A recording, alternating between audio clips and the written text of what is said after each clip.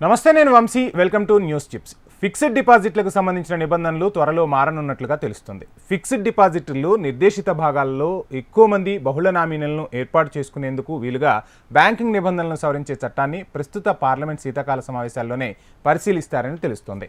ఎక్కువ మంది నామినీలను పెట్టుకుని వీలు కల్పించడం వల్ల ఎక్కువగా బ్యాంకు ఫిక్స్డ్ డిపాజిట్ల వెసులుబాట్లను నిర్వహించే అనేక మధ్యతరగతి కుటుంబాలకు ప్రయోజనం చేకూరుతుంది. సరైన అవగాహన లేకపోవడం వల్ల చాలామంది డిపాజిటర్లు ఫిక్స్డ్ డిపాజిట్లను తెరిచేటప్పుడు నామినీలను పేర్కొనట్లేదట. దీంతో వారి మరణం తర్వాత ఆ ఫిక్స్డ్ డిపాజిట్లను తీసుకోవడంలో వారి కుటుంబీకులు ఇబ్బందులు ఎదుర్కొంటున్నారని తెలుస్తుంది. ఈ ఇబ్బందులు ముఖ్యంగా కోవిడ్ మహమ్మారి సమయంలో పెద్ద ఎత్తున ఎదురయ్యాయని కేంద్ర ప్రభుత్వం చెబుతోంది. ప్రతిపాదిత కొత్త నిబంధనలు ఎకనామిక్స్ నివేదిక ప్రకారం ప్రస్తుత సింగిల్ నామినీ సిస్టమ్ అమల్లో ఉండగా ప్రతిపాదిత సవరణలతో గరిష్టంగా 4 నామినీలను పెట్టుకునేందుకు అవకాశం కల్పిస్తున్నారు. నామినీల ఏర్పాటు 2 విధాలుగా ఉంటుందని తెలుస్తుంది.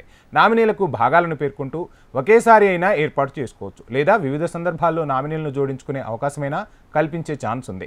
ఒకేసారి నామినీలను ఏర్పాటు చేసిన సందర్భంలో డిపాజిటర్ మరణించిన తర్వాత ముందుగానే పేర్కొన్న భాగాల ప్రకారం నామినీలందరూ డిపాజిట్ సొమ్మును పొందే వీలుంటుంది.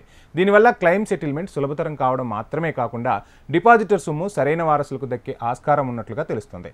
సో ఏది ఏమైనా ఈ నిర్ణయం అయితే చాలా మంచిదే. కోవిడ్ సమయంలో మనం చూసాం, చాలామంది అకాల మరణాలు పాలయ్యారు. దాని తర్వాత కుటుంబాలు కూడా చాలా ఇబ్బందులు ఎదుర్కొన్నాయి. ఈ నేపథ్యంలోనే కేంద్ర ప్రభుత్వం తీసుకునే నిర్ణయం భవిష్యత్తులో ఇట్లాంటి ఇబ్బందులు వచ్చినప్పుడు ఖచ్చితంగా ఉపయోగకరంగా ఉంటుందనే ఆశిద్దాం. ఇది వాటి news chips. Please subscribe HM TV.